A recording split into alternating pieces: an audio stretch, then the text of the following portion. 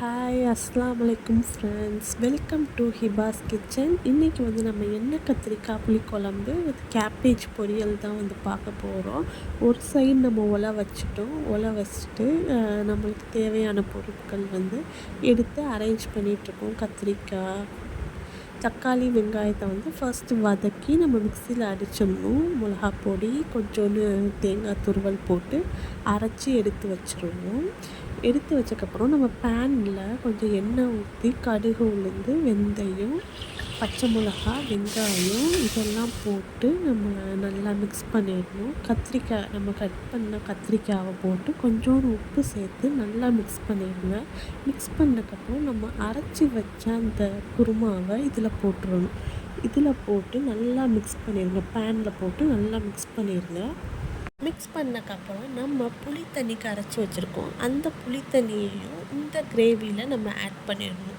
இதை ஆட் பண்ணி அதையும் நல்லா மிக்ஸ் பண்ணி விட்டுருங்க.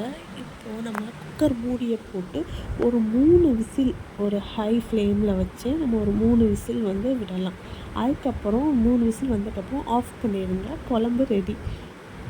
நல்ல டேஸ்ட்டாக சூப்பராக இருந்துச்சு. கத்திரிக்காய் எதுவுமே உடையலை, அப்படியே ஃபுல் கத்திரிக்காயாக சூப்பர் டேஸ்ட்டில் இருந்துச்சு. அடுத்து நம்ம முட்டைக்கோஸ் பொரியலுக்கு நம்ம முட்டைக்கோஸை எல்லாம் இது மாதிரி கட் பண்ணிடணும். கடுகு, உளுந்து, வெங்காயம், பச்சை மிளகா, கருவேப்பிலை, தேங்காய் துருவல், முட்டைக்கோஸ் இதெல்லாம் நம்ம எடுத்து வச்சுட்டு ஒரு பேனில் எண்ணெய் ஊற்றி கடுகு, உளுந்தம்பருப்பு போடணும்.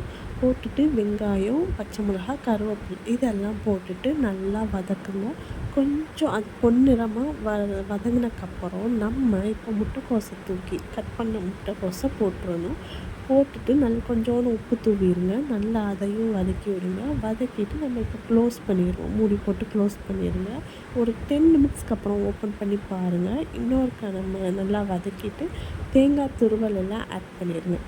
ஆட் பண்ணவே நம்மளோட முட்டைக்கோஸ் ரெடி ஆயிடுச்சு. சூப்பர் டேஸ்ட்டில் எல்லாருக்கும் சர்வ் பண்ண ஆரம்பிச்சிட்டோம். இங்கே டைனிங் டேபிளில் வச்சுட்டோம். மாம்பழம் கட் பண்ணோம். மாம்பழம் இருந்துச்சு.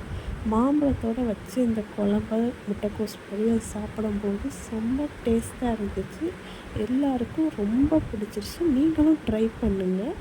தேங்க்யூ. Share and subscribe.